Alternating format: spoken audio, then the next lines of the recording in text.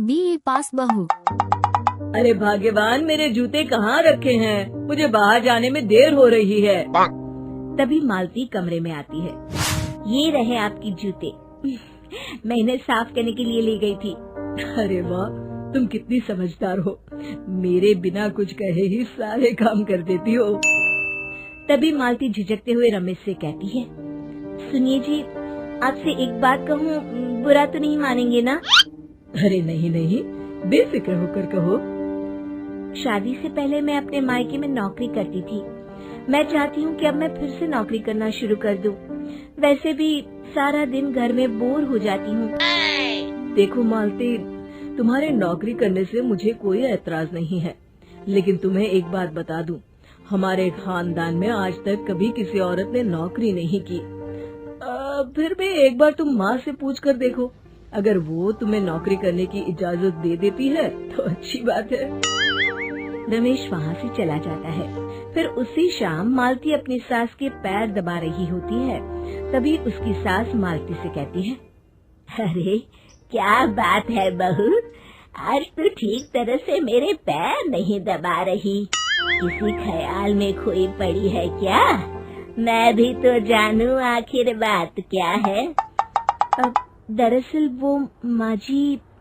अरे हाँ हाँ बोलो, इतना सोच क्यों रही हो?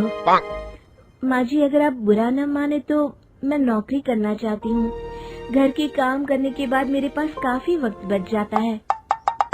मालती की ये बात सुनकर उसकी सास गुस्से में कहती है, अरे बहू, तेरी तबीयत तो ठीक है ना? आज ये कैसी बहकी बातें कर रही है? भला हमारे खानदान में आज तक कभी किसी औरत ने नौकरी की है जो तू नौकरी करने की बात कर रही है? हैं? अरे बहू, तू क्या रिश्तेदारी में हमारी नाक कटाना चाहती है?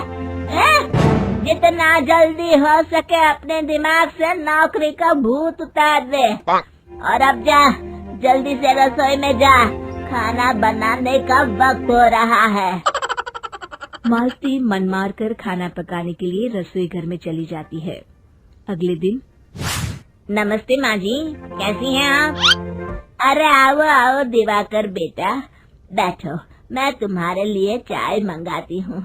बहू, जरा एक कप चाय तो लेती आना। फिर दिवाकर एक फाइल खोलकर मालती की सास के सामने रख देता है। ये देखिए माँ जी, ये है पिछले महीने का हिसाब और ये रहे मुनाफे के रुपए। एक बार हिसाब देख लीजिए और इन कागजों पर अपने दस्तखत कर दीजिए। अरे दिवाकर बेटा, मैंने भला आज तक कभी तेरा हिसाब देखा है जो अब देखूंगी? ला बता, कहाँ दस्तखत करूं? तभी मालती चाय लेकर वहाँ आ जाती है और अपनी सास को बिना कागजातों को पढ़े इस तरह लापरवाही से दस्तखत करते हुए देखकर हैरान रह जाती है।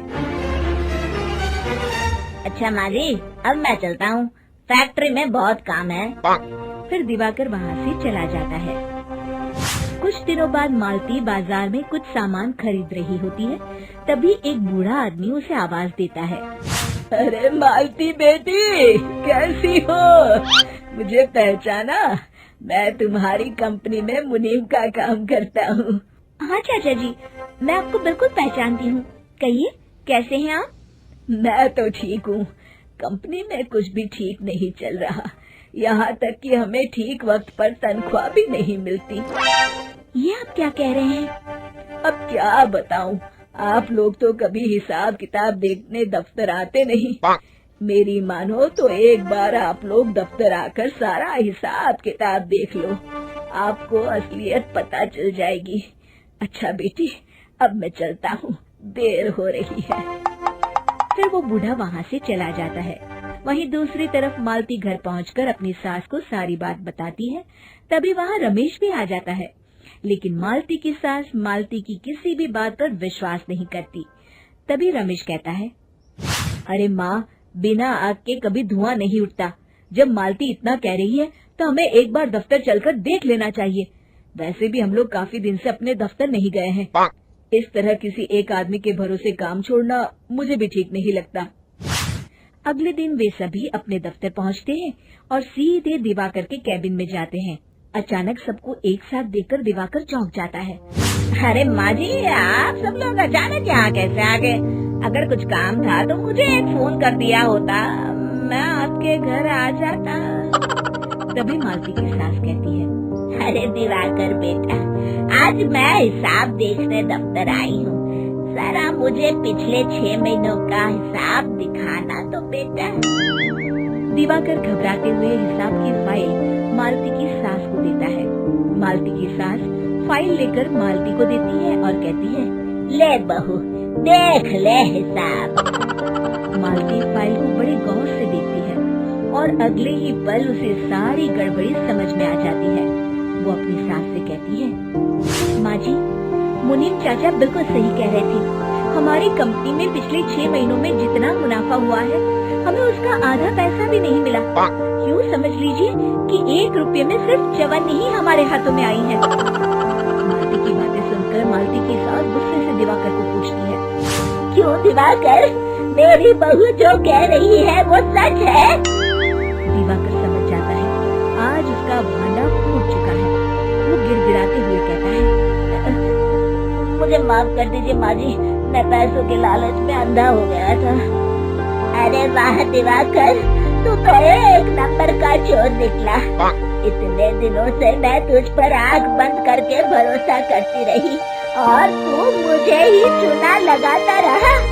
अभी के अभी निकल यहाँ से और दोबारा अपनी शक्ल मत दिखाना। दिवाकर वहाँ से भाग जाता है। मालती के साथ मालती को शाबाशी देते हुए कहती है, आज मैं समझ गई कि पढ़ाई लिखाई हमारी जिंदगी में कितनी जरूरी है।